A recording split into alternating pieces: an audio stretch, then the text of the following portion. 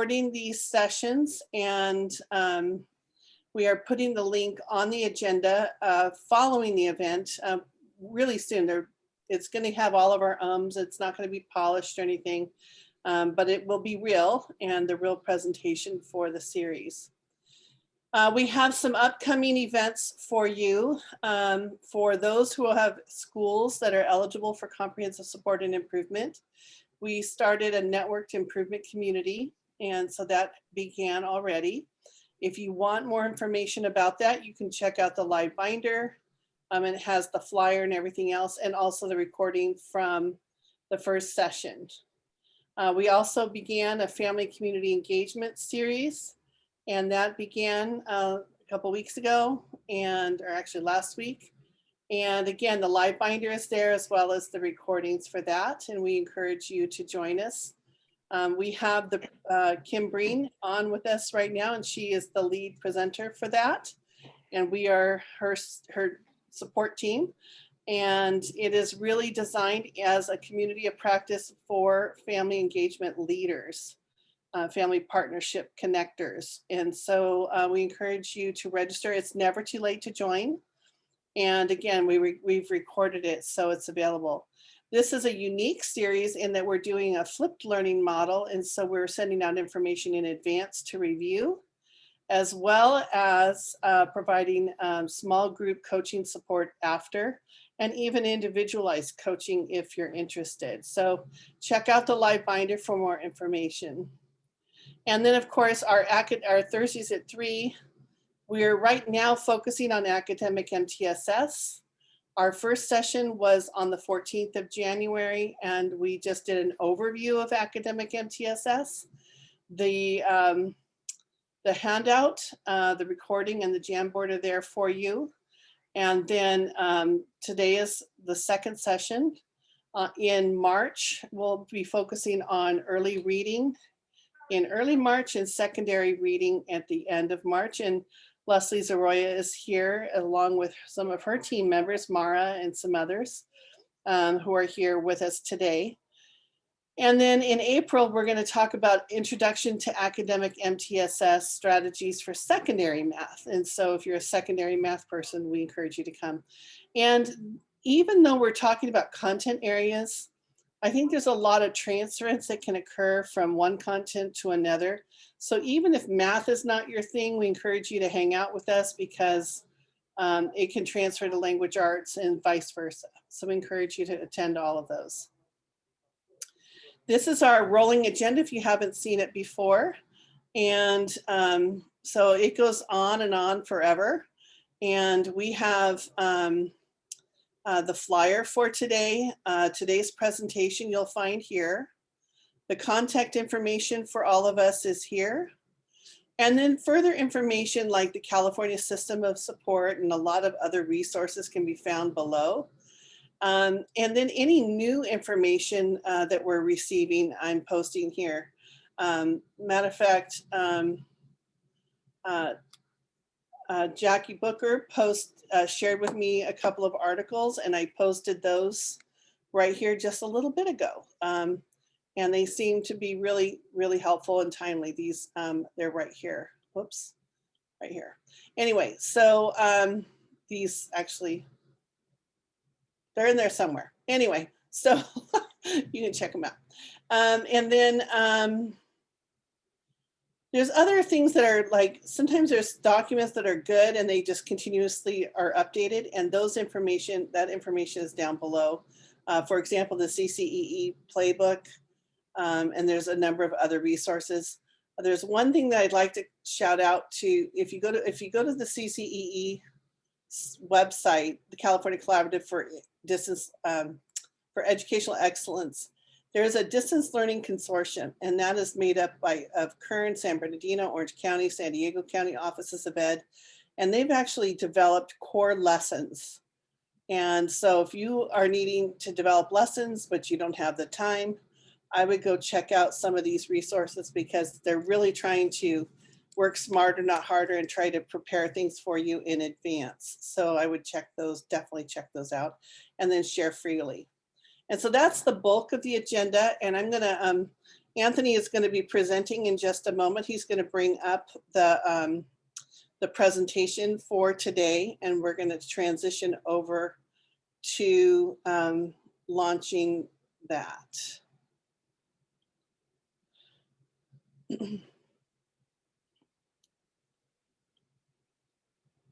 All right, thank you, Anthony. So this is the flyer for our academic MTSS series. And it is, again, as I mentioned, it's linked to the agenda I just reviewed, and you're welcome to share this with everybody. And today's focus is on elementary mathematics. And there's a number of tools and resources that will be helpful for you today. There's the rolling agenda I just went through. The presentation, don't click on that link because I don't think I corrected it. So use the link in the chat for today's presentation, and then I will fix this link later. Then there's the California MTSS placemat. There's a note-taking guide I'll reference in a moment. And then again, if you want to bring a friend or a colleague. Go ahead and go forward. And yes, this is a pandemic edition. If you have any questions for the presenters, feel free to use the chat. We'll be using the chat and poll features today to facilitate engagement with all of you. And again, this is session 2, and really looking forward to that.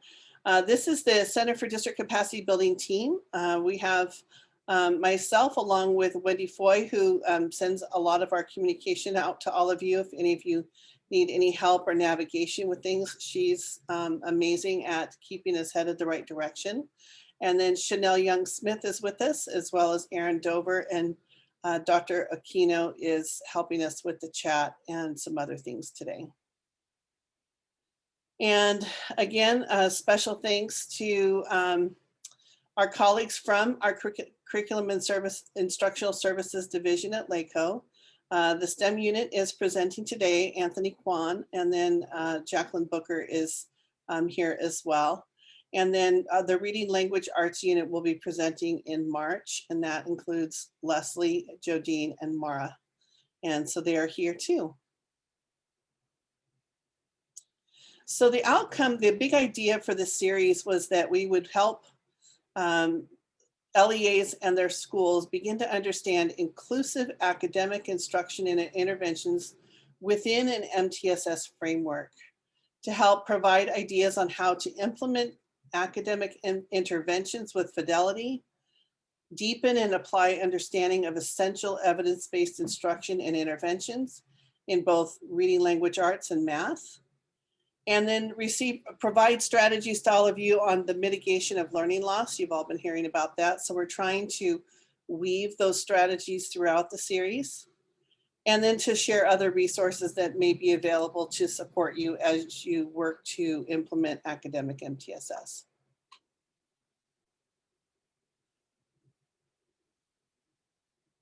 So one of the big frames that we're using comes from PBIS, and it's an evidence-based structure, and we're finding it really helpful. Actually, Kimberly Breen, who's with us today, shared this with us, and we're finding it really helpful as we're organizing all of this stuff that we have to share with people to help keep us organized and help us thinking about the main thing, because there's a lot of things that can get in the way. And so those 3 main things are really looking at your systems and how are your systems working? What data do you have to make informed decision making? And then what practices will you use to implement in support of students? And so if you think about the outer ring there, looking at the systems are designed to support staff, data supports decision making, and the practices, of course, are in support of students, which is the main thing. It's the main thing. That's why we're here. So here's the note-taking guide I mentioned earlier, and I shared a link earlier for you. And so as you think about that, you can think about the systems, data, and practices I just mentioned. And as you go through this today, what are the details around systems, data, and practices that you might want to capture? What strengths do you see, and then what needs might you have? So if you just take notes with this frame, it'll help you kind of get ready to think about the next step. And with that, I'm going to hand this over to Anthony Quan, and I'm going to let him introduce himself, but he is highly recognized and appreciated across California, and we are very fortunate to get to work with him here at the Los Angeles County Office of Ed. Anthony. Thanks, Tammy.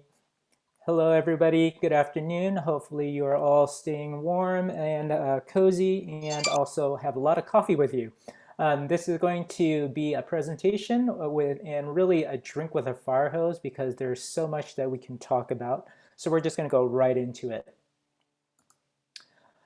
As far as the outcomes for today, we want to make sure that we provide you a lens to reflect on your existing math programs, as well as a lens to address pedagogical approaches and content. Suggest a system of thought to create sustainable change, as well as stressing the aspect of data for growth. But more importantly, we want to make sure that you also have a framework to support academic instruction. So I'd like to take a moment right now for you to use the chat box and let me know what it is that you're hoping to get out of today. So I'm just going to pause here for a moment and have you chat in the chat box what you hope to hear from today.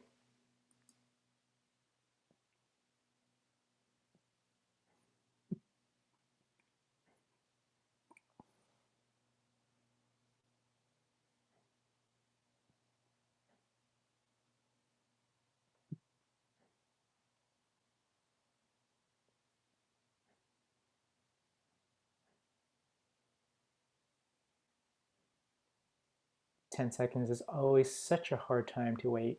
We'll go ahead and get started then. There's nothing in the chat. So here's what I'm going to be covering with all of you today. We're going to be asking the questions of what are the foundations for core academic instruction and skills? What does it mean to engage students? What is the purpose of assessments? And then finally, how do we bridge gaps in learning? So again, all of you are familiar with this multi-tiered system of support. And as a reminder for today's presentation, I'm only going to focus on one area, which is the inclusive academic instruction, specifically only at the elementary. So I am not going to be talking about what's going on at the middle school or the high school. This is strictly just the elementary. As a reminder, all of you are probably familiar with this Tier 1 instruction in terms of what should students learn and how will we measure student learning. And if you just notice at the top, each slide, or at least as many of these slides, it'll direct you in terms of how I'm addressing either the systems component, the data component, or the practices component. So we're going to go ahead and discuss this question of what are foundations for core academic instruction and skills.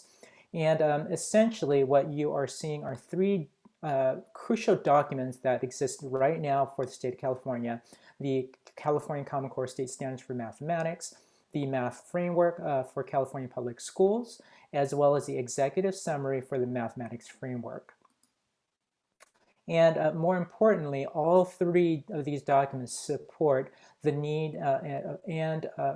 the need as well as the push for the use of both of these critical areas of the standards for mathematical practices, as well as the standards for mathematical content.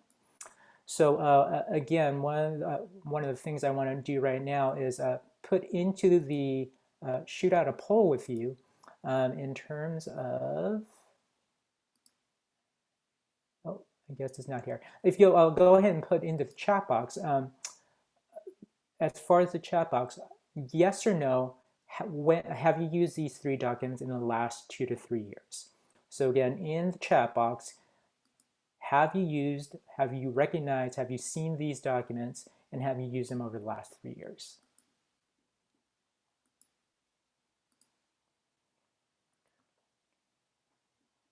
Yes, yes, good. I'm glad many of you are familiar with it. Only the Common Core State Standards. Great. All right. So I just want to make sure that all of you are reminded about these particular documents that are going to be crucial as you continue looking at mitigation of learning loss, as well as just how do we proceed with this academic year going into next year as well. All right. So as far as the foundation of core academic instruction skills, we've seen that Common Core have been around for more than 10 years now. You've seen improvements at elementary, getting stronger every year, and distance learning has brought challenges. I don't think any of you are questioning any of that at this time. So as far as the core academic instruction skills, content again has not changed too drastically, but what is crucial is that the Common Core math have improved by making sure that there is a difference when it comes to the delivery by focusing on the conceptual components for content access. So again, what are the major differences? What is the difference? It's the delivery and the access. What's the key strategies that are going to get students to where we need to get them? And that's the use of the standards for math practices. It's not the content, it's the standards for math practices. And how do we achieve success? By helping our teachers figure out how to focus and be more intentional with those use of the math standards. So here are some thoughts and questions that I'd like for you to ponder. System needs to look at organizing instruction so that assessments can be intentional about monitoring, as well as to learn identify the real needs and supports. We also need to make sure that there is a system of support that includes these opportunities and times for teachers to collaborate, whether it's in lesson planning, assessment creation, data analysis, or RTI. Through the executive summary, if you are familiar with this, the bottom line, that there are two types of standards that support these instruction. And again, you can see here, you cannot teach one without the other. You will not be successful without, if you only focus on one and not the other. Both of these are equally important and must be taught collectively together as much as possible. Through the Common Core math standards, all of you should be familiar with the structure of the standards for math practice. And I'd like for you to take a moment here and again, use that chat box. And what do you notice about this particular diagram? Or rather, why do you think teachers are not doing this? So use that chat box and just ask yourselves, why are teachers having problems with the use of the mathematical practices?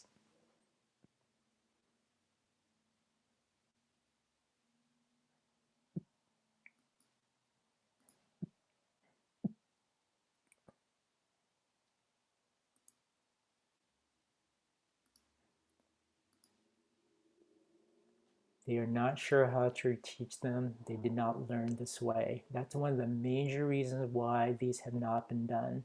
No formal training in them. Not a match for the development or foundations. Great. This is different from what they know, absolutely. Many focus on the textbook, traditionally organized classrooms for math, lack of student talk and discussions. They're unsure about what it looks like in the classroom. Teachers tend to teach the way they learned, formulas, but with no conceptual understanding. Yeah, there's so many things that are happening right now. And thank you for that for those notes. Oops. So, so then here's another question for you. What is the purpose of assessment and how is data being used? Okay, what is the purpose of assessment and how is data being used? So I'm going to now put out a poll. And I'd like for all of you to please take that poll, answer it. It will pop up shortly. And I'm going to launch it now. What is the purpose of data?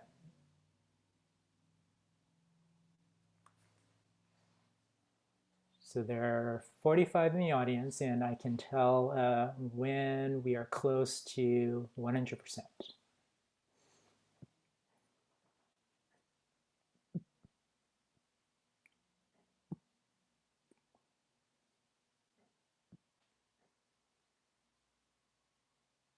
And I wish you can see what I'm seeing right now, but I am going to be showing you the results of this poll. So I'm just going to wait a few more minutes.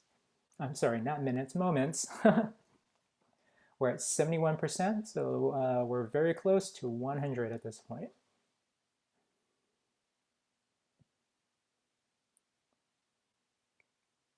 All right, maybe one more. Great, I'm going to go ahead and end the poll, and I want to share this with all of you now. So I'm going to share the results.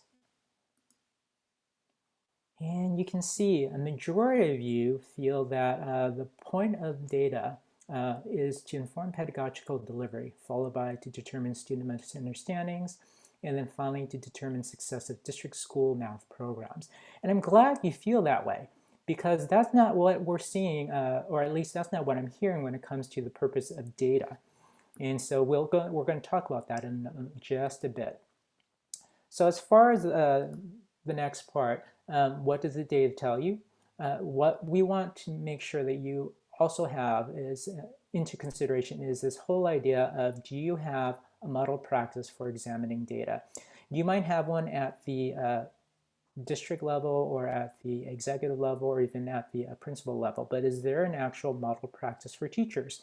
So here is a diagram, again, coming from the National Council of Teachers of Mathematics, but it's also part of the framework, which is a 4-phase use of assessments. Sorry. And so again, in the chat box, what I'd like for you to do at this point is to, if you have an idea of how you are using a model practice for teachers, go ahead and put an H in that chat box followed by your idea. And if you see something you like, go ahead and put in a +1. So I'm just going to give you a few moments to think about that, and then go ahead and start chatting away. What is that model practice for teachers that are to allow them to examine data? And if you are a teacher joining us today, what is that system that's in place for you to use?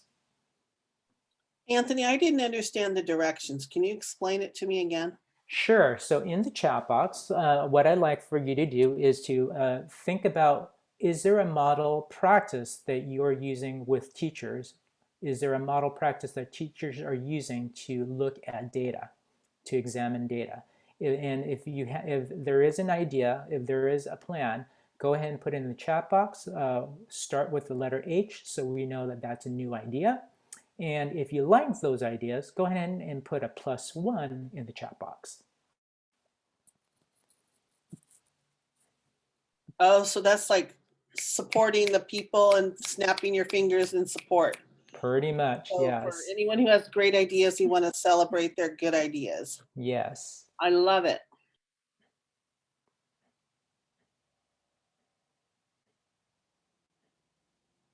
Data walls.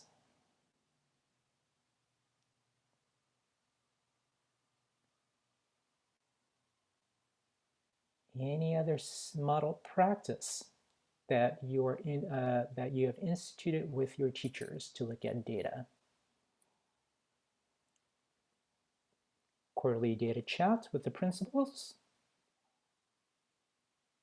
PLC time, structured PICS time, data teams, student conferencing, and goal setting with the universal screener. Great.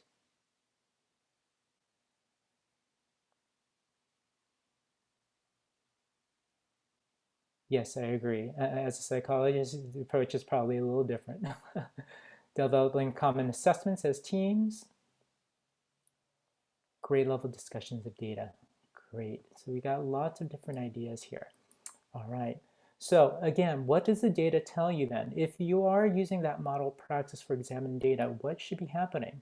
If it's done intentionally, again, with focus, then the teachers would be able to take a look at the data, which is any kind of assessment, whether it's a formal or a summative assessment, that would then lead to what pedagogical structures need to be in place to allow students to engage, but more importantly, when it comes to the actual content, you can actually use those practices to determine what is actually being taught, what has actually been focused. So in one sense, this is one way where you can take a look at a bunch of standards and bundle them together so that it makes sense rather than actually having to teach one standard at a time. Because again, students need that context in order to understand the content. So here's some other thoughts that you might want to ponder. A system, again, needs to look at organized instruction so that assessments can be intentional. Again, to identify the real needs and supports, but more importantly, it must have a system for common and shared understanding by all. And it should be checkpoints throughout the year, not waiting at the end of the year, nor is it waiting for the state test results. So then that leads to, what does it mean to engage students? As you can see here, universal access should not be added on as an afterthought. Now is actually a time to work collaboratively together. And again, this is where the focus and intentionality needs to come into play. And again, something that has to be put in practice by all teachers so that there's consistency up and down the grade levels. So again, looking at the ideas of systems and practices, what does it mean to engage students? It means that we need to look at the focus, coherence, and rigor of the mathematics. And so these three principles that again come from the framework as well as Common Core means that if teachers are truly looking at the focus, they have a focus of the content, they're creating coherence, and they're actually allowing rigor to come in play, then students will be able to build conceptual understanding around the content. They'll be able to continue to build on their procedural skills and fluency, but more importantly, they'll be able to apply these things to whatever it is that they need to do, whether they've been taught it or not. So here's a much more detailed version of what those focus, coherence, and rigor are. And again, these can be found in the framework as well as the Common Core state standards documents. Now, when it comes to engagement, the framework, state framework, also talks about this, where the type of instructional models during a lesson depends on the learning needs of students and the mathematical content presented. That means that as a system, teachers need to be able to put into practice not one type of instruction, but a multimodal array of instructional practices in order to engage students. And if they are able to put in this multimodal approach, then the data will show how students' growth will become stronger, but more importantly, how they'll be able to build upon the instruction from year to year. So again, what does it mean to engage students? I'm going to launch another poll right now. And in this poll, I'd like for you to think about what you're seeing currently in the classroom. And if you are able to do those classroom walkthroughs, what are teachers mostly doing? Are they doing explicit instruction? Are they using interactive instruction, or is it implicit? So I'm going to go ahead and put out a poll right now. And here's the next poll that I'm going to ask. Again, what is happening in the virtual classroom?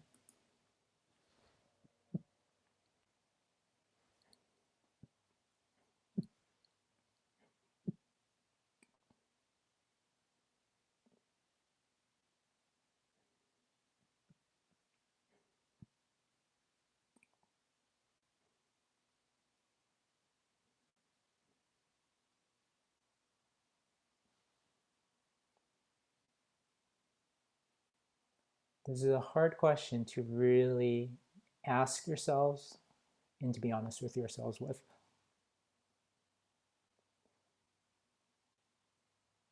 So we're at 51% at this point. So of the 51%, I'm going to go ahead and end the poll now. Here's where we landed. I'm going to share these results with you now.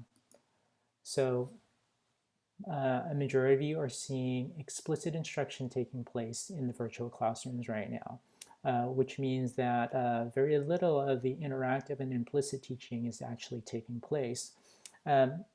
So is that good or is that bad? It's hard to say because, again, we are in this situation where we did not know what was going to happen, and we still aren't quite prepared for this kind of teaching. And yet it's something that we are growing together with every single day. So here's something that teachers can use. Here's where administrators can support using the mathematical framework. It's the instructional strategies chapter. And so here you can see is just a sampling of the repertoire of tools that is available for a teacher to use. And not just, again, for one particular grade level, but for all grade levels. And so there are several instructional tools that teachers can use to make mathematics concepts more concrete for students. And again, is there time allotted for teachers to be able to get students to use these tools? But more importantly, are students able to activate their thinking, again, because of these tools? Here's some other additional thoughts that you might want to ponder. Districts benefit from a common and shared understanding of what each and every student needs to be proficient in by the end of the academic year. On the identification of priority standards, there needs to be some consistency across the district. So again, about what is the purpose of assessment, here's the language from the 2013 Math Framework. Assessments must have a clear purpose and instruction to support and enhance student learning. The activities should be embedded in instruction and provide opportunities for informative feedback to both students and teachers. So you now know, and this is something that we have to continue to be explicit about, there has to be an equal use of both formative and summative, but more importantly, there has to be an understanding of these as well. So the crucial distinctions between these assessment types. So you can see here's a formative assessment and here's a summative assessment, right? One of them aims to determine the learning status, the other aims to promote greater learning. If you are clear with that, you have to ask yourself, is everybody on your team clear with that understanding? As far as the assessments go, formative assessments must have some kind of shared learning target and criteria for success. There has to be feedback that promotes further learning. And when we say feedback, it has to be immediate feedback, not a week, not a couple of days, but immediate. So even if it's just a day later, that's a lot faster than it is a week later. More importantly, is there also time built in or a routine built in where students can self-assess? But more importantly, have they been taught to assess each other as well? As far as summative assessments, here's again language from the math framework. Summative assessments are not necessarily used to inform instruction, but more importantly, it's there to measure the effectiveness of an instructional program. With that said, if assessments and homework are given to just give a grade, it's not an assessment.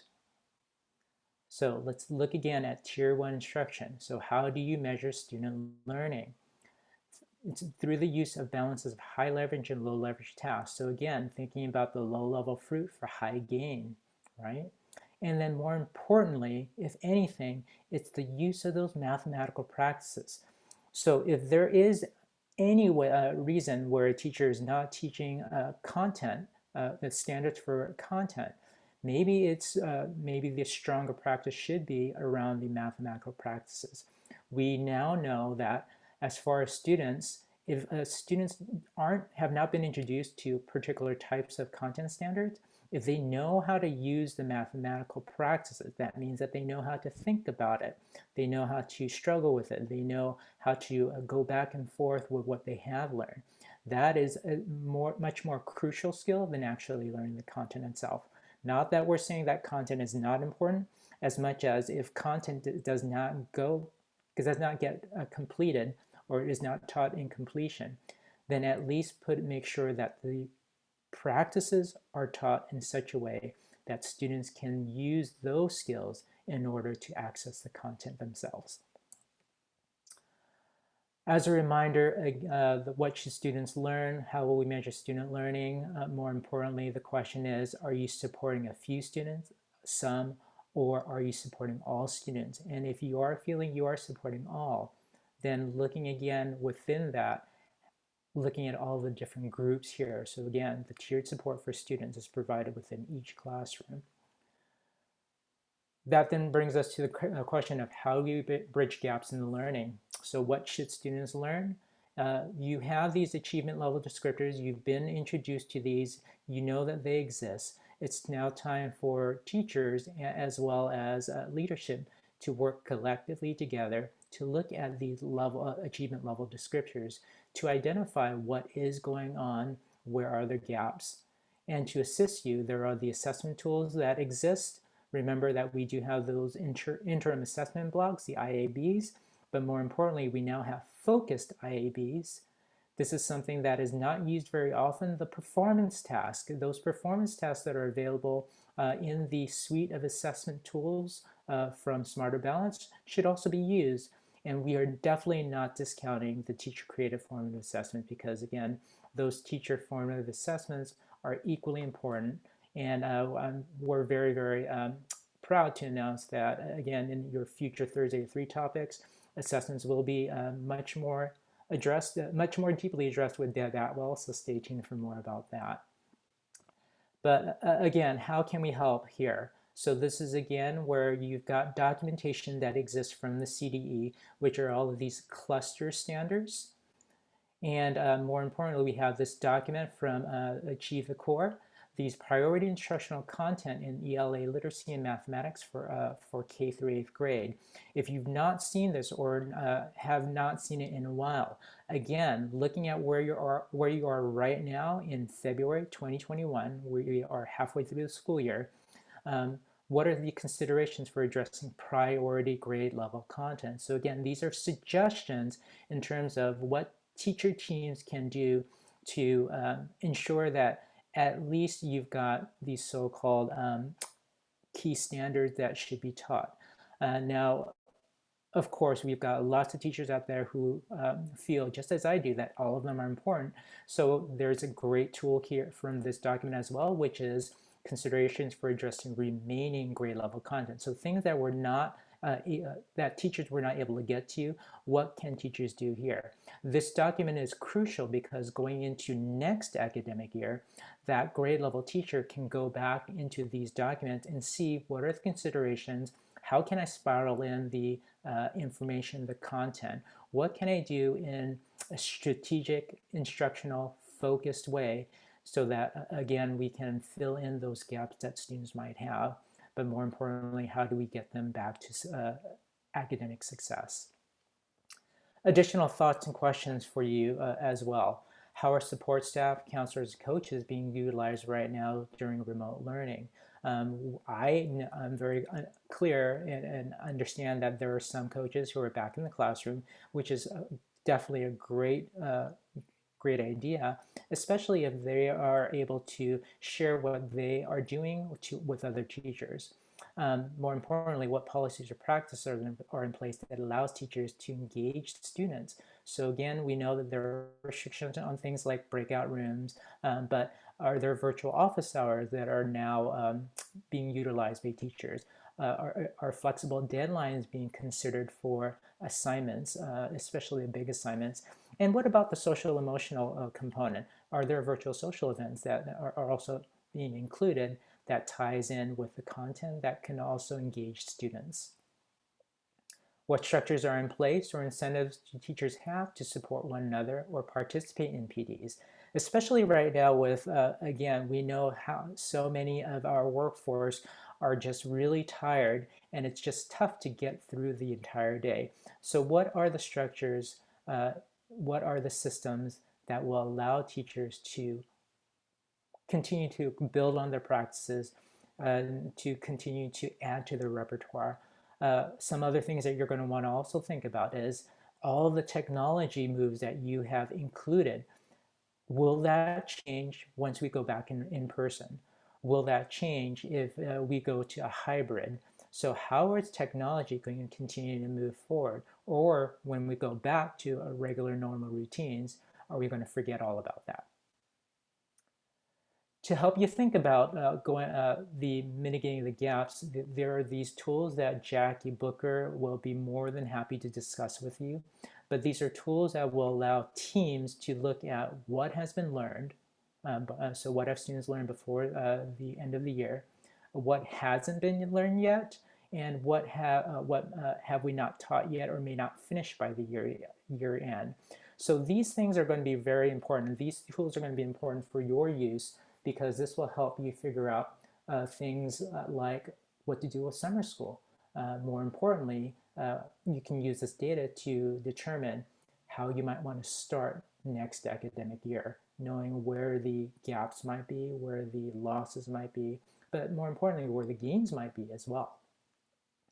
We also have this tool here, and again, Jackie is available to help you work through the grade level priority standards in terms of what will happen next year. What do we expect students to do? Are they 2 years behind? Are they 3 years behind? Knowing that we've gone through all of this year, I'm sure we've got many parents, but more importantly, we have a lot of teachers who probably feel that we are way behind right now. Students are going to be way behind. And so we've got these tools to help you think about, again, strategically in a focused, coherent manner, how to get students back on track. So I'm here, Jackie's here. We're here to provide as much support as we can. And please, we have the supports for you. We have the supports for your district coaches. We have supports for administrators. But more importantly, we've got the support of the entire state backing us up to help support all of your teachers.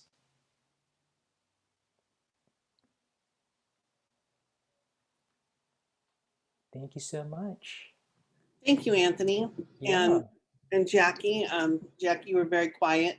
Jackie, did you have anything you wanted to add to anything that he shared?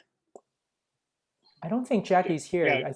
Yeah, Jackie can't make it today. Yeah, Oh, she's at a statewide event right now. Oh, that's right. Okay, so so her contact information, though, if you want information on how to use that form, you're more than welcome to do that.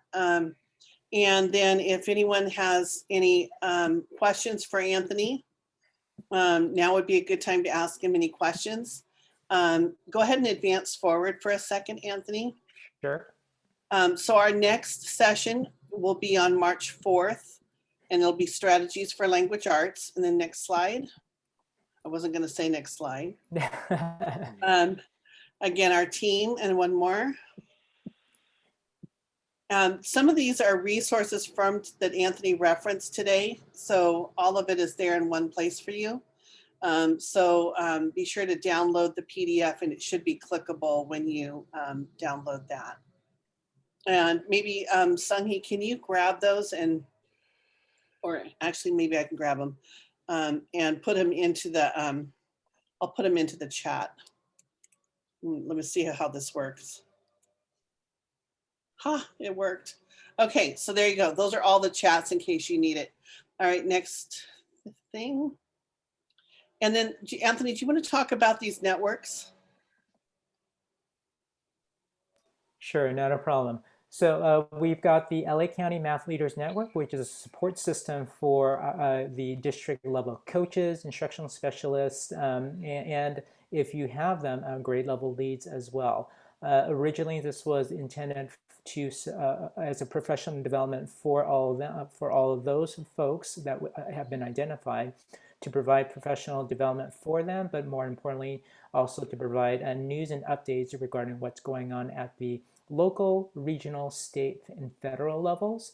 And we also meet joint meetings with the Science Leaders Network as well.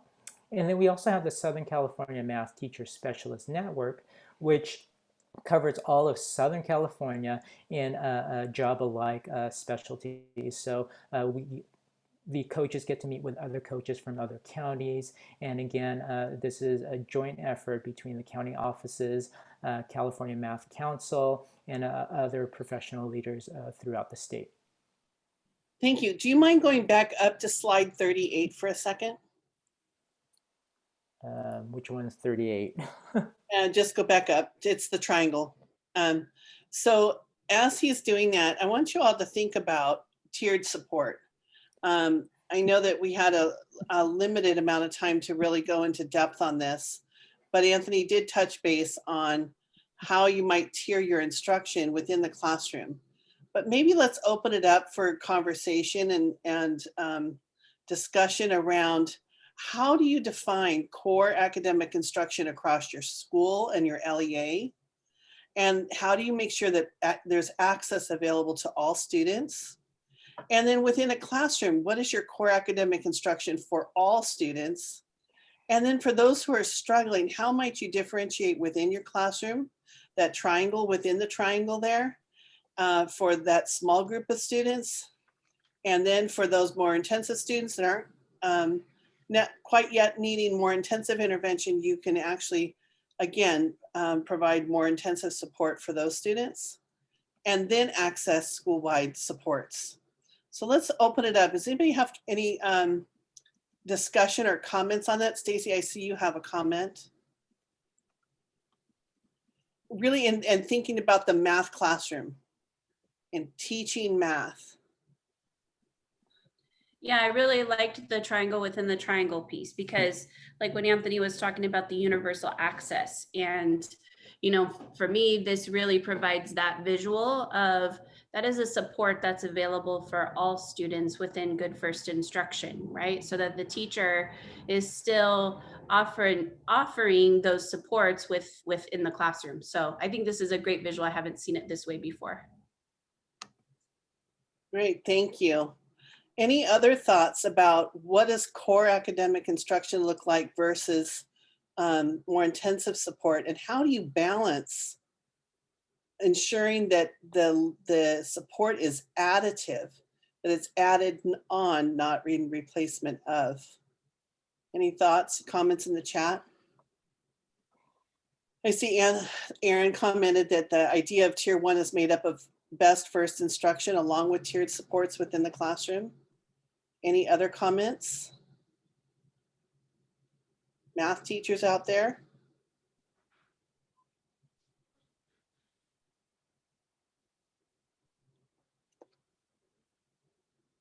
What are some strategies that you guys are using right now? Think about your schools and your classrooms, if you're in a classroom or if you're a TOSA. What are you guys doing right now to do this? What is your approach? How do you do it all? There's a lot going on, especially in the middle of a pandemic.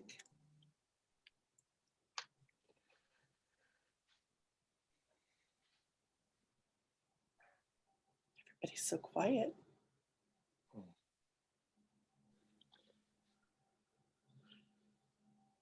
Think about your classroom, think about what you're doing with math. What are you doing? Thank you, Mary. Benchmark assessments. Tell us more about benchmark assessments. What are you doing and how are you give the benchmark assessment, then what do you do with that information?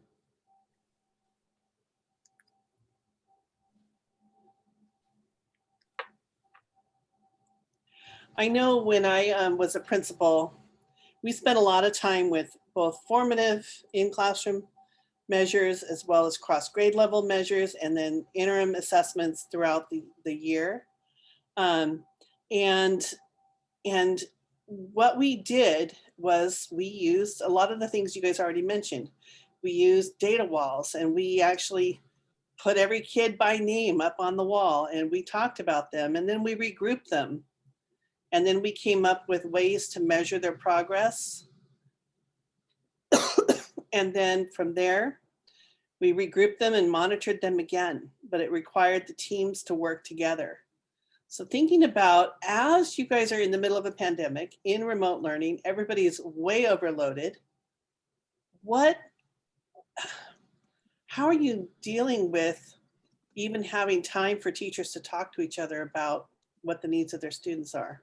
Any coaching suggestions, any ideas to share, any bright ideas that you've had even a little bit of success with? It may not be perfect, but a little bit of success that you guys would like to share. I see a few things in the chat.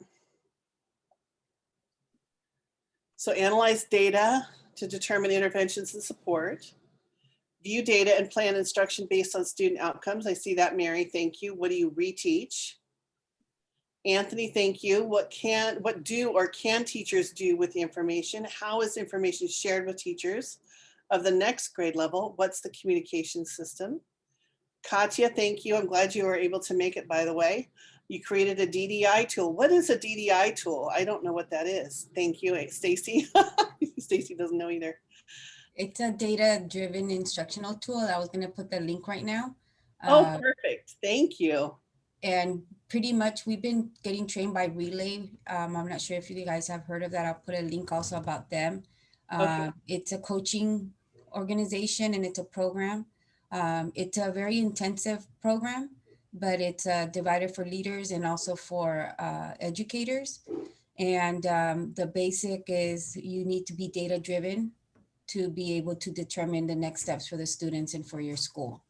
So if your school is not data driven, meaning teachers and everybody else, then it makes it very hard to make those interventions possible.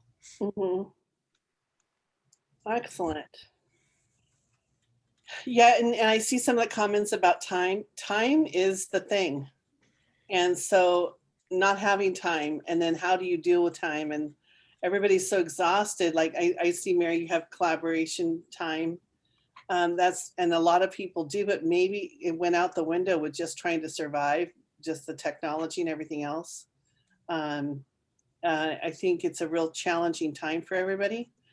But the more you can look at our student, maybe and dealing with the learning loss piece is one, are students engaging? Are they getting on and are they participating in the lesson? And if not, maybe that's your cut one. If they're not in the room, they can't learn, right? And so what is your support system to support them? And then cut two is, okay, so they're in the room, but are they able to respond to the instruction in a way that demonstrates that they're learning? And if not, then what?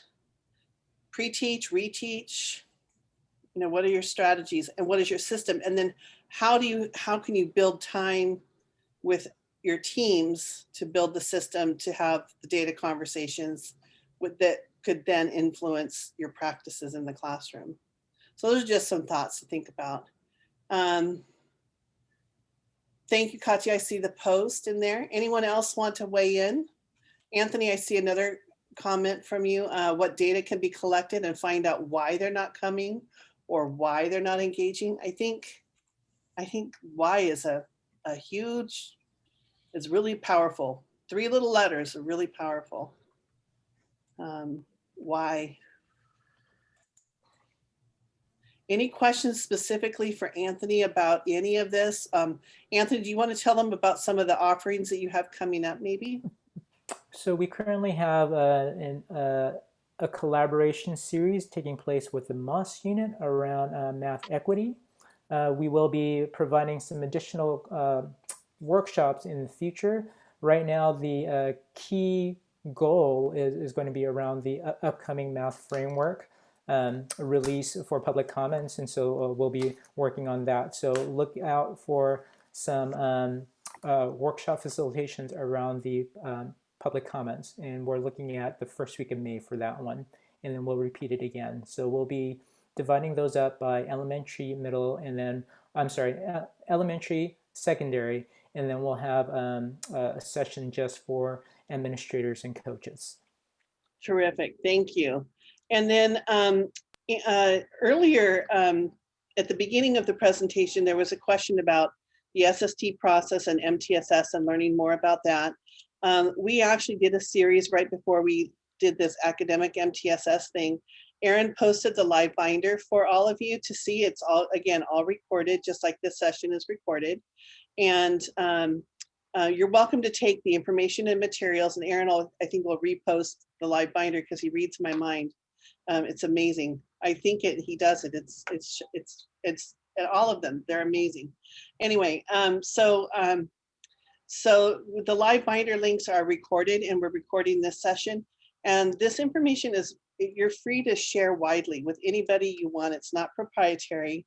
Our mission, our goal is to get information to as many people as possible, and then to respond to what your needs are. So if we didn't meet your need today, be sure to email us or message us, and we will try to figure out how to pivot and adjust to address your needs specifically. So with that, any last words from anybody from the CDCB team or anybody else? Anthony, final words? We're here to address what your needs are, and we're more than happy to have that discussion. Great. Thank you, and feel free to reach out to us. We're all here, and our contact information is there. Thank you all very much, and have a good afternoon.